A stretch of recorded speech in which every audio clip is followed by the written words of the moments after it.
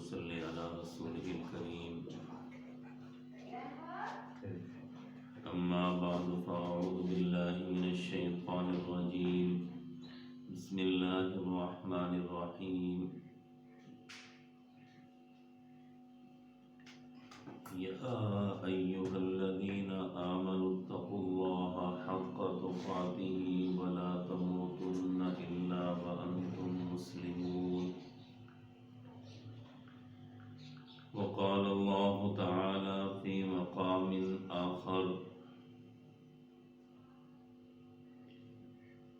فمن يعمل مثقال ذرة خيرا يره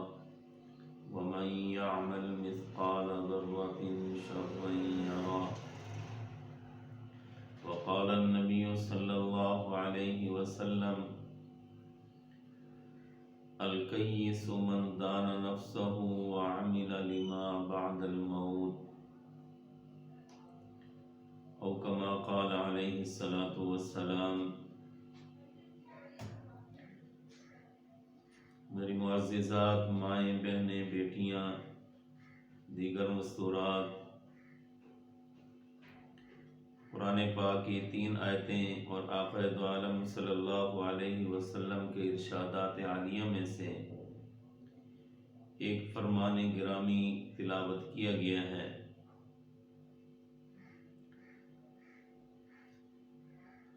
آج کی یہ نشست بزم درس قرآن کے تحت درس قرآن کی یہ محفل ہے۔ ہم اس درس قرآن میں دین کی بہت اہم باتیں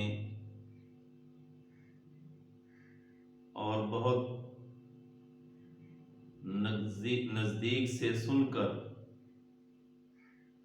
اپنی عملی زندگی میں ان کو ڈھالنے کے لیے فکر مند ہو جائیں۔ اس مقصد کے لیے یہ درس قرآن کا سلسلہ شروع کیا گیا ہے۔ عام طور پر گھروں کی مستورات، گھر کے معاملات اور مسائل میں اتنی مشغول ہوتی ہیں کہ دینی پروگرامات اور دین کے احکام کو سننے کے لیے ان کو وقت ملنا دشوار ہوتا ہے۔ یہ اللہ کا خصوصی کرم ہے کہ اللہ نے ہماری مائیں بہنیں بیٹیوں کی اس ضرورت کو اہل خیر حضرات اور علماء کے ذہن میں ڈالا اور یہ سلسلہ شروع ہوا۔ آج ہم گھروں میں گھر کے مسائل اور گھر کے کام کاج اور گھر کی مشغولیتوں کی وجہ سے اتنا مصروف رہتے ہیں کہ بسا اوقات دینی فرائض بھی ادا کرنا ہمارے لیے دشوار اور مشکل ہو جاتا ہے۔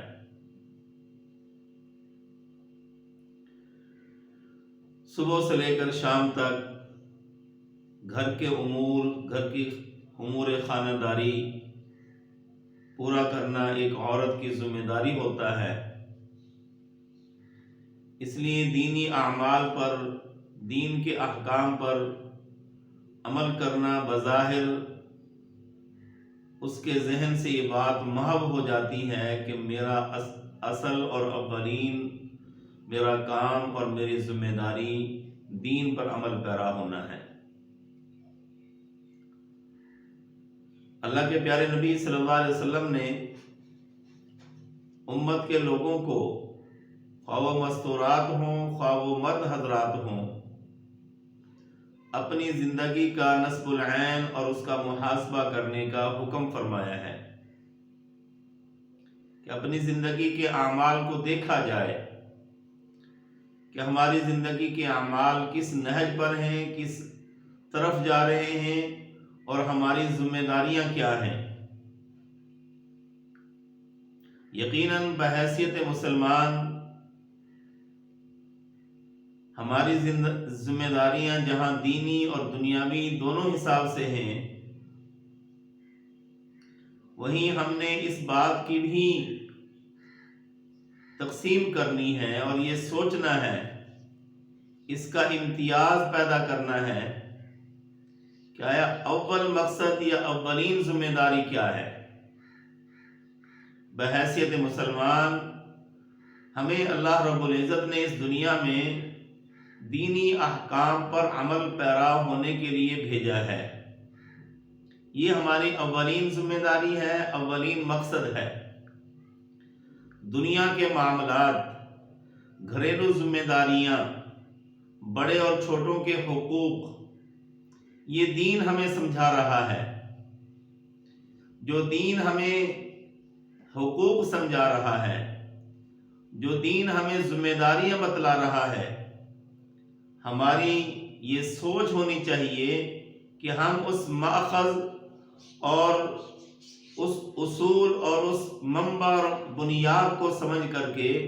اپنی زندگیوں کو اس بنیاد کے تحت چلائیں اور اس دین پر عمل پیرا ہونا اپنی اولین ذمہ داری اور اپنا مقصد اصلی بنائیں۔ قرآن پاک میں اللہ رب العزت نے واضح طور پر ارشاد فرمایا، یا ایھا الذین آمنوا اتقوا اللہ حق تقاتہ ولا تموتن الا وانتم مسلمون، کہ اللہ رب العزت جو ہمارا خالق ہے، ہمارا پیدا کرنے والا ہے، ہمارا بنانے والا ہے،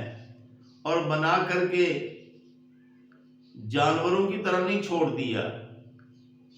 یا بے وقوف اور کم عقل نہیں پیدا کیا، ہمارے سارے اعضاء صحیح سلامت اللہ نے بنائے، ہمیں بہت ساری نعمتیں ایسی عطا فرمائی جن کا ہم نے نہ مطالبہ کیا، نہ سوچا اور نہ ہی کبھی اس کی درخواست کی۔ ایسی نعمتیں اللہ نے بغیر مطالبے کے، بغیر مانگے عطا فرمائی ہیں، تو ہم اپنے اس خالق کی مرضیات پر اور اس کی رضامندی اور اس کی خوشنودی حاصل کرنے کے لیے کتنے اعمال اختیار کر رہے ہیں، کون سے وہ کام کر رہے ہیں جن سے ہمارا مالک اور ہمارا رب راضی ہو رہا ہے۔ تو اللہ سے ڈر اور خوف جس انسان کی زندگی میں ہوتا ہے، خواہ وہ مرد ہو خواہ وہ عورت ہو، تو وہ کبھی بھی دوسروں کے حقوق کو ضائع نہیں کرے گا،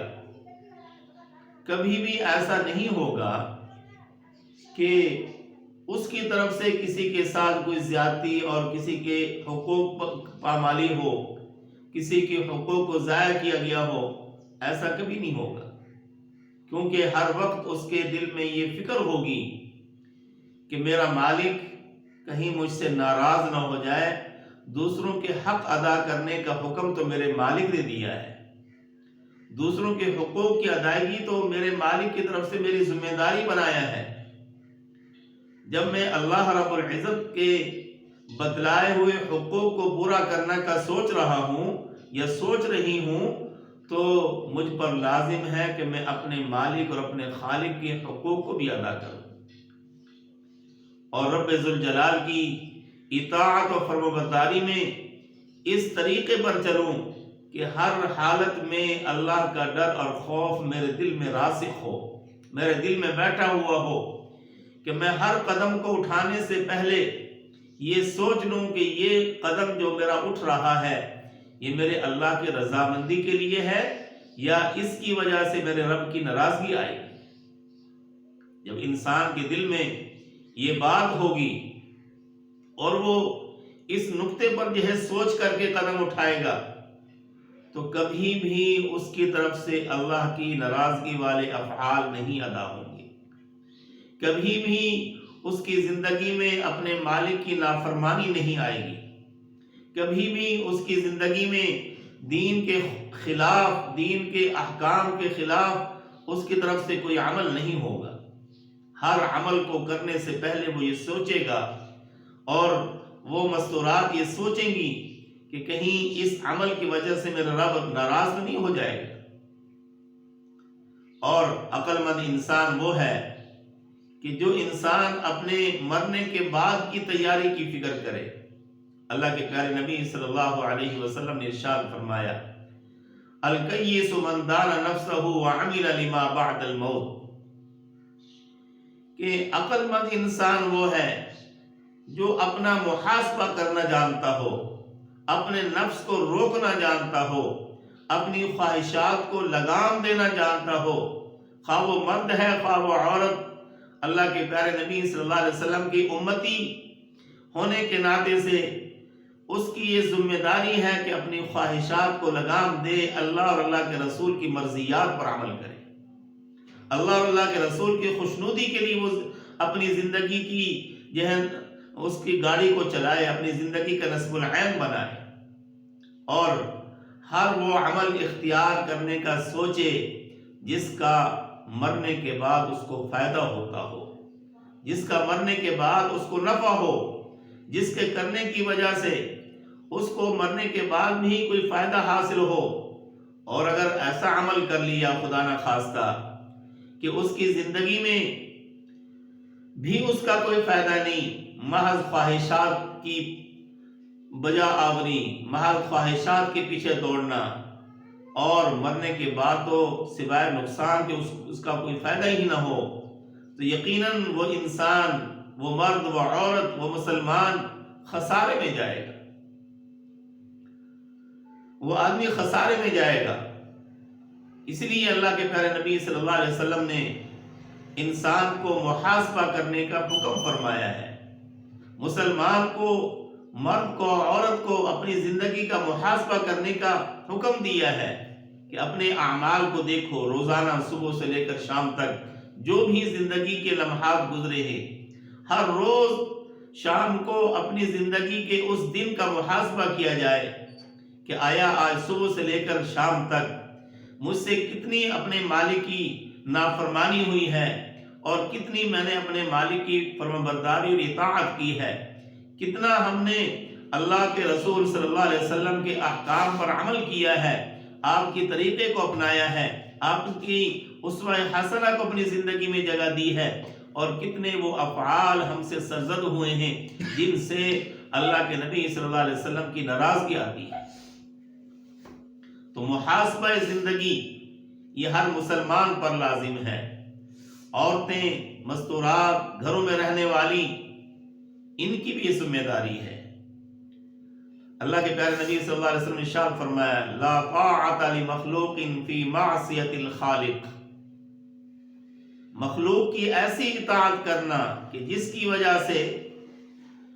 اپنے مالک اور خالق کی نافرمانی آ جائے، ایسی اطاعت کی اجازت نہیں ہے۔ اب مخلوق میں سے خامد ہے، والد ہے، بھائی ہے، بیٹا ہے، بڑا ہے یا چھوٹا، ہر ایک اس میں جو بھی ان کے ساتھ متعلق ہیں، اطاعت اللہ کی اطاعت میں اگر نافرمانی ہوئی ہے اور اللہ کی نافرمانی کر کے جو ہے وہ کسی ان متعلقین میں سے کسی کی اطاعت اور فرمانبرداری کر رہی ہے، تو یقیناً وہ نقصان اٹھائے گی۔ تو اللہ کے پیارے نبی صلی اللہ علیہ وسلم نے ہمیں راستہ متعین کر کے بتلایا ہے۔ ایک تو اپنی زندگی کا محاسبہ کرتے رہنا، دوسرا ہر کام کو پورا کرنے سے پہلے یہ سوچنا کہ اس میں اللہ کی نافرمانی تو نہیں، اللہ کی اطاعت ہے۔ اگر نافرمانی ہوئی تو ایسی مخلوق کی اطاعت کرنا، ایسے معاملات میں اپنے متعلقین کی بات کو ماننا، یہ اللہ کی نافرمانی کا اگر ذریعہ بن رہا ہے تو یقیناً اس کو چھوڑنا ضروری ہے۔ اس لیے قدم قدم پر اپنے اعمال کا محاسبہ کرنا، اپنے قدم اٹھانے سے پہلے اس کام کے بارے میں شریعت کا اصول معلوم کر لینا، شریعت کا حکم معلوم کر لینا بحیثیت ذمہ داری ہماری مستورات کا یہ فرض بنتا ہے، اس لیے کہ ایک عورت کی وجہ سے پورے گھر کا نظام ہے۔ اگر ایک عورت شریعت کی پابند ہے تو پورا گھر جو ہے وہ شریعت کا جو ہے گہوارہ بن جاتا ہے، شریعت کا متقی اور شریعت کی فرمانبردار گھرانہ بن جاتا ہے۔ اور اگر جس مستورات نے، جس عورت نے،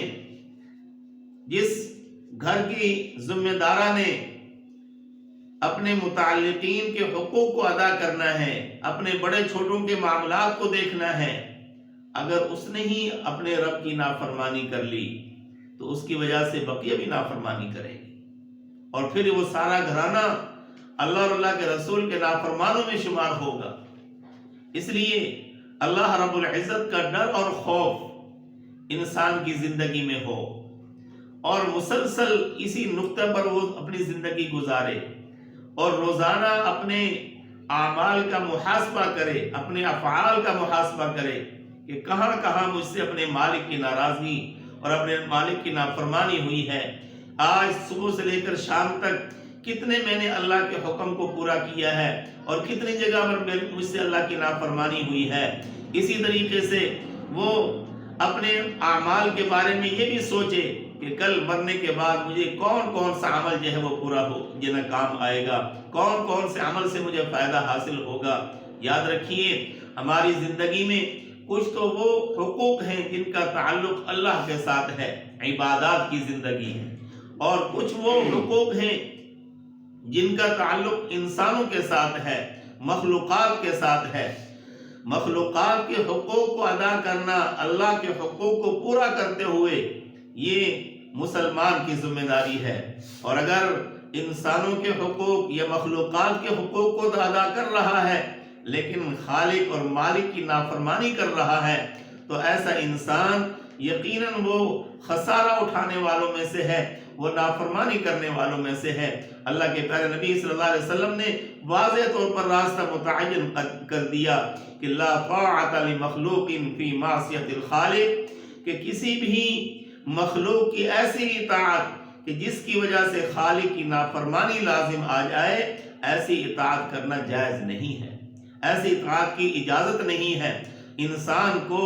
اور اللہ کے ماننے والوں کو، مسلمان کو، ایمان والے کو ایسی مخلوق کی اطاعت نہیں کرنی چاہیے جس سے اپنے خالق کی نافرمانی لازم آ جائے۔ تو ہم مسلمانوں پر، ہماری مائیں بہنیں جو سن رہی ہیں، یہ ہماری یہ ذمہ داری ہے کہ دین کو ہم سمجھیں اور دین کے مطابق عمل کرنا ہم اپنے نصب العین بنا لیں، ہم اپنی ذمہ داری بنا لیں، ہم اپنا فرض سمجھ لیں۔ ہمارا اس دنیا میں آنے کا مقصد ہی یہی ہے۔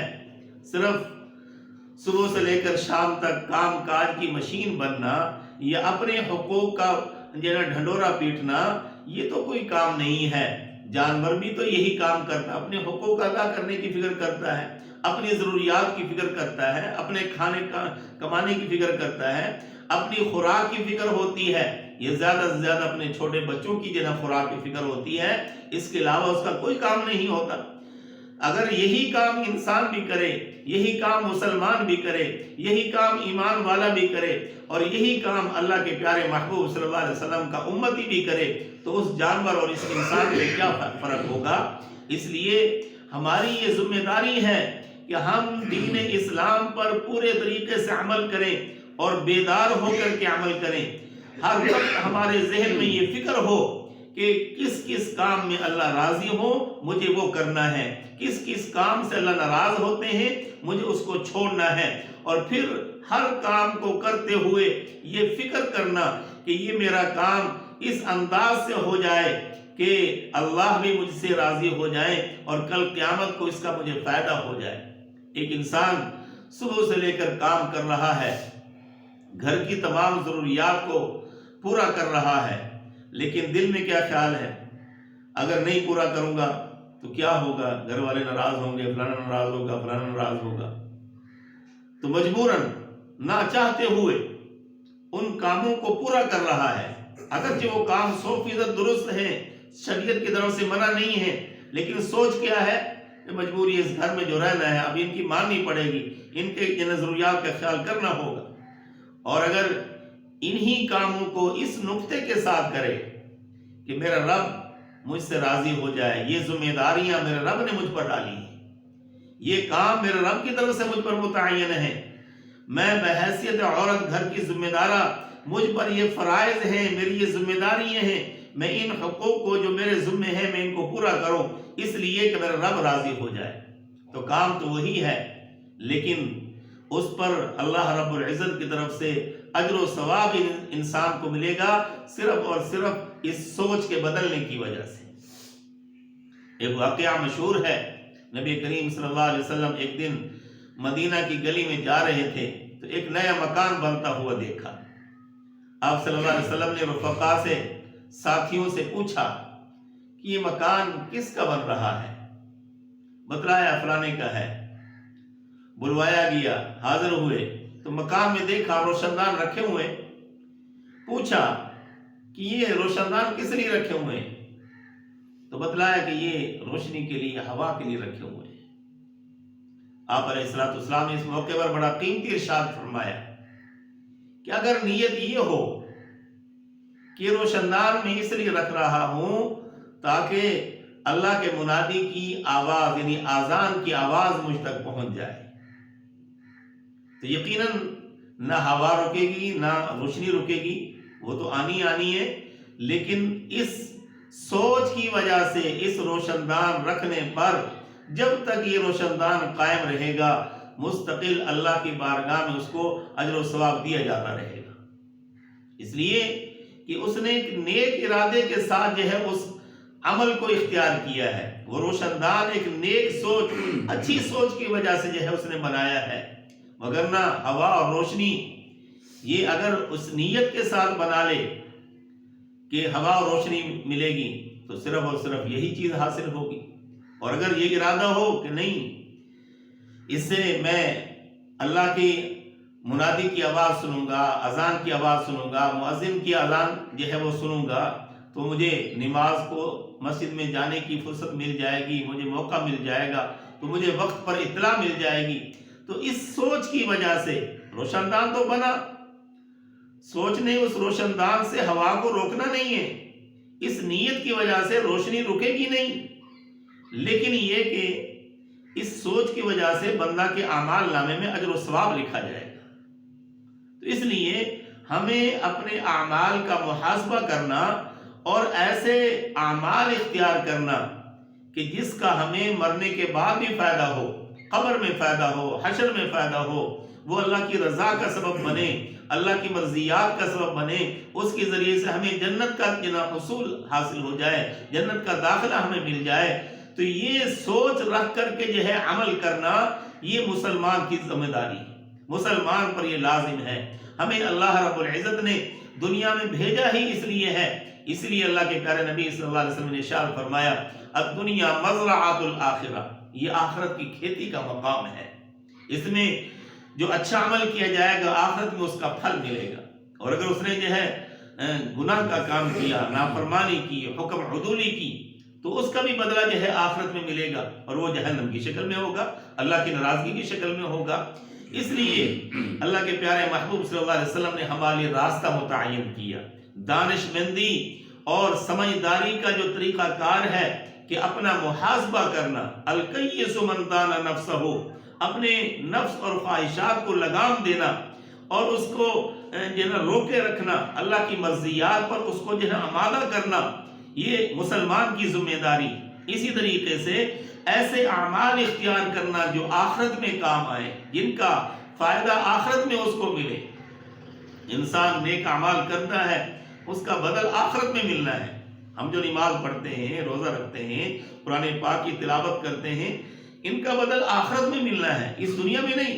یہ دنیا تو مزرعۃ الآخرہ ہے، آخرت کے لیے کمانے کا ذریعہ ہے، یہاں وہ کھیتی بوئی جاتی ہے، یعنی وہ اعمال اختیار کیے جاتے ہیں جن کا فائدہ، جن کا اجر، جن کا ثواب، جن کا بدل آخرت میں ملے گا، دنیا میں نہیں۔ مسلمان جتنے بھی اعمال کرتا ہے ان کا دنیا میں اثر کم، آخرت میں زیادہ نکلتا ہے، اور کافر جو عمل کرتا ہے اس کا آخرت میں تو کچھ ہے ہی نہیں، اس لیے کہ اس کے پاس ایمان نہیں ہے۔ آخرت میں اعمال کے بدلہ کا ملنا یہ ایمان کی بنیاد پر ہے، اس لیے اس کو جو کچھ ملنا ہوتا ہے دنیا میں ملتا ہے، اچھا یا برا جو بھی معاملہ ہونا ہے دنیا میں ملنا ہے۔ ہم ان کی اچھی حالت کو دیکھ کر کے ہم یہ سمجھتے کہ جناب یہ ہم سے اچھا ہو گیا، نہیں، وہ اچھا نہیں ہے. وہ دنیا کی ان ٹھاٹ باٹ کی کیفیتوں کو ہم دیکھ کر یہ سمجھیں کہ وہ راحت میں ہے، ہو سکتا ہے وہ ہم سے زیادہ مشکلات میں ہو. کسی کی ظاہری کیفیت کو دیکھ کر کے بندہ اس کے اچھا ہونے کا فیصلہ نہیں کر پاتا جب تک کہ اس کی کیفیت اس سے معلوم نہ کی جائے. اس لیے ہمیں اللہ رب العزت کی دی ہوئی ان نعمتوں کی قدردانی بھی کرنی چاہیے، اور ساتھ میں یہ بات بھی دامن فکر ہو، ہر وقت اس پر غور و فکر ہو کہ جتنا کم ہوگا اتنا حساب بھی کم ہوگا، جتنا اللہ کی نعمتیں زیادہ ہوں گی کل قیامت کو اس کا حساب بھی اتنا ہی زیادہ ہوگا. تو اپنی زندگی کا محاسبہ، اپنے اعمال کی فکر، اور اسی طریقے سے آخرت میں کام آنے والے اعمال اختیار کرنے کی سوچ، اور خالصتاً اپنے مالک اپنے رب کو راضی کرنے کا یہ ہے جذبہ، اس نقطے پر اور اس جذبے کے ساتھ جب ہم عمل کریں گے، جب ہم دین کے احکام پر عمل کریں گے، گھر کی اس چار دیواری میں جب ہم نماز روزے کا اہتمام کریں گے اور قرآن پاک کی تلاوت اور ذکر اذکار کا اہتمام کریں گے، یہ گھر اللہ کی رحمتوں کی برکات، اللہ کے رحمتوں کے نزول کا ذریعہ ہوگا، برکات کا نزول کا ذریعہ ہوگا. اور اگر خدا نہ خواستہ قرآن پاک کی تلاوت بھی نہ ہو رہی ہو، ذکر اذکار بھی نہ ہو رہے ہوں، نماز روزے کا اہتمام بھی نہ ہو رہا ہو، تو ایسی جگہوں پر تو یقیناً شیاطین کا بسیرا ہوتا ہے. اور عام طور پر جو برے اثرات کسی بھی گھر میں مرتب ہوتے ہیں اس کی وجوہات یہی ہوتی ہیں کہ وہ گھر ان اچھے اعمال سے خالی ہوتا ہے، قرآن پاک کی تلاوت سے خالی ہوتا ہے، ذکر اذکار سے خالی ہوتا ہے، اور نماز و نوافل سے خالی ہوتا ہے، اللہ کی عبادات سے خالی ہوتا ہے. تب جا کر کے شیاطین وہاں بسیرا اختیار کرتے ہیں اور ان کے برے اثرات اور نحوست والے افعال ان کے اثرات وہ گھر والوں پر مرتب ہوتے ہیں. اس لیے ہم مسلمان بحیثیت مسلمان ہماری یہ ذمہ داری ہے، مردوں کی بھی ذمہ داری ہے، ہماری مستورات مائیں بہنوں کی بھی ذمہ داری ہے کہ ہم دین حقہ پر پورے طریقے سے عمل کریں، اللہ کے حقوق کو بھی پورا ادا کریں،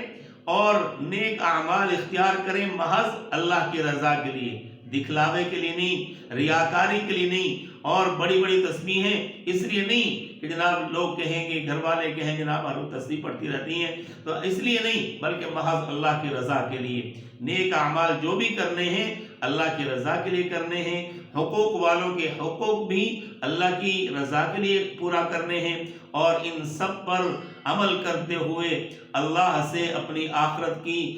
کامیابی کی دعا کرتے رہنا ہے. اللہ مجھے آپ کو عمل کی توفیق نصیب فرما دے. وما علینا الا البلاغ المبین.